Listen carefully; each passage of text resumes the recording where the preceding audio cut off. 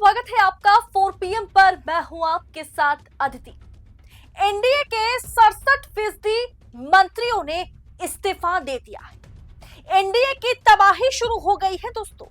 मोदी जी के जन्मदिन पर सोशल मीडिया में हर साल की तरह इस साल भी बेरोजगार दिवस मनाया जा रहा है।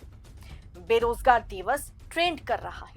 नेशनल अनएम्प्लॉयमेंट डे के तौर पर 17 सितंबर को मनाया जा रहा है और मोदी जी का जन्मदिन का जश्न फीका पड़ता नजर आ रहा है, क्योंकि अब आम पब्लिक मोदी जी से सवाल पूछने लगे। आम पब्लिक के सामने दूध का दूध और पानी का पानी हो गया है। बीजेपी के अंदर मोदी विरोधी लहर है, भाजपा के अंदर गुटबाजी है। कई ऐसे सांसद हैं, विधायक हैं जो मोदी शाह के खिलाफ हैं, बड़े बड़े मंत्री हैं जो मोदी शाह के खिलाफ हैं और एनडीए में बैसाखियों के साथ समझौता करके मोदी जी को चलना पड़ रहा है।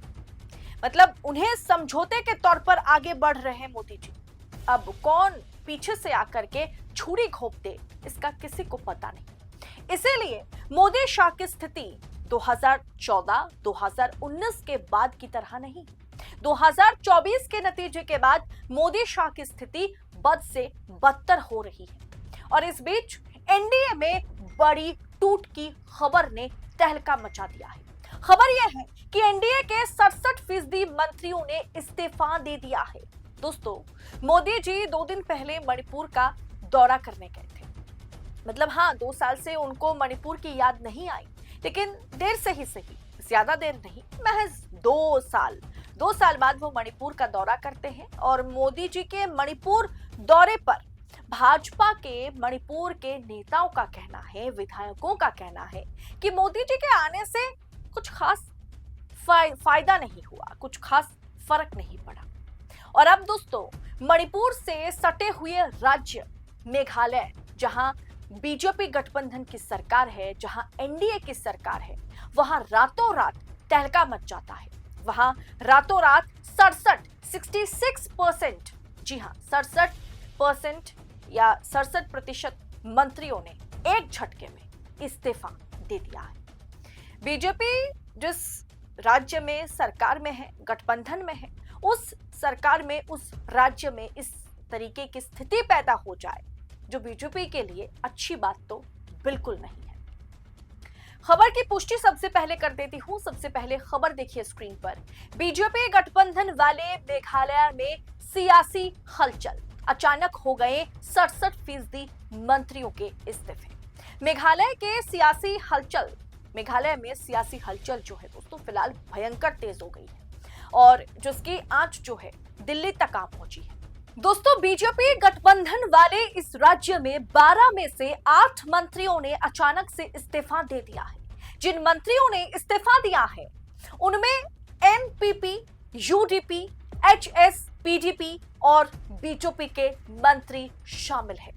इस्तीफा देने वाले मंत्रियों में एनपीपी के तमाम लीडर्स शामिल हैं इसमें और यूडीपी के भी लीडर्स शामिल हैं, एचएस-पीडीपी के भी लीडर शामिल है और बीजेपी के एएल हेक शामिल है।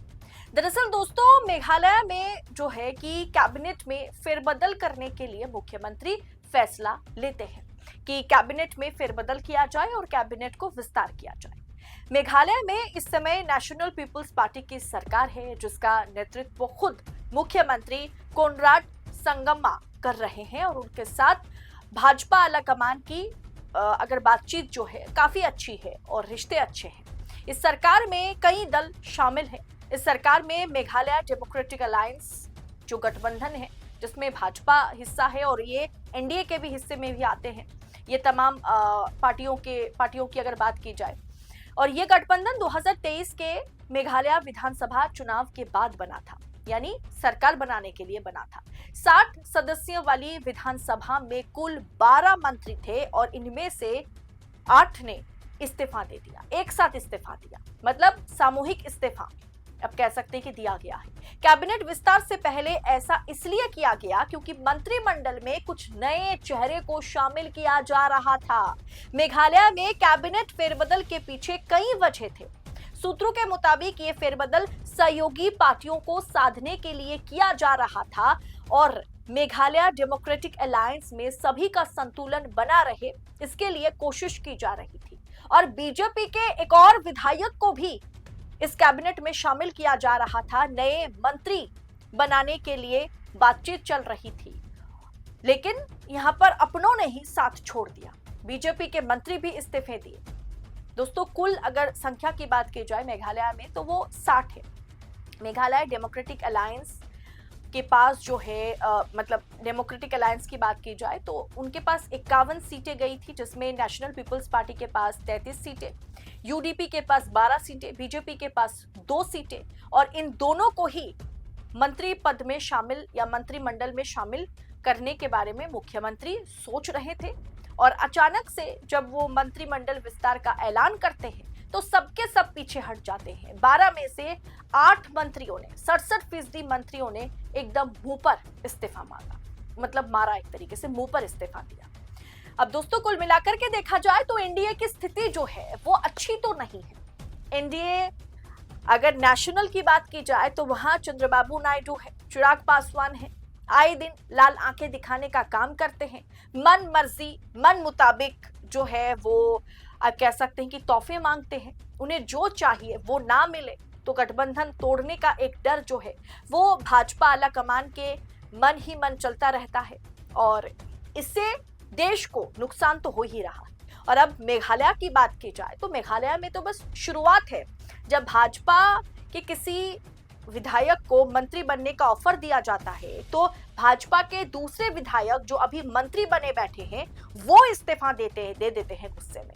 यानी लड़ाई भाजपा के अंदर भी है, लड़ाई एनडीए के अंदर भी है, जिस एनडीए के बदौलत मोदी की सरकार चल रही है। दोस्तों, ये बीजेपी के लिए अच्छी खबर नहीं है और मेघालय की इस खबर ने दिल्ली में मोदी की कुर्सी हिला दी है। फिलहाल इस पूरे विषय पर आपकी राय क्या है? क्या ये मेघालय बस शुरुआत है? आगे स्थिति जो है एनडीए में बद से बदतर होने वाली है? आप क्या सोच रखते हैं? कमेंट बॉक्स में हमारे साथ साझा करें। ऐसी खबरों को, पॉलिटिकल खबरें, अंदर खाने की खबरें सबसे पहले सटीक विश्लेषण के साथ पाने के लिए 4 PM के साथ बने रहे। इस रिपोर्ट में बस इतना ही। जल्द होगी आपसे मुलाकात। बहुत बहुत शुक्रिया आप सभी का। जय हिंद, जय भारत।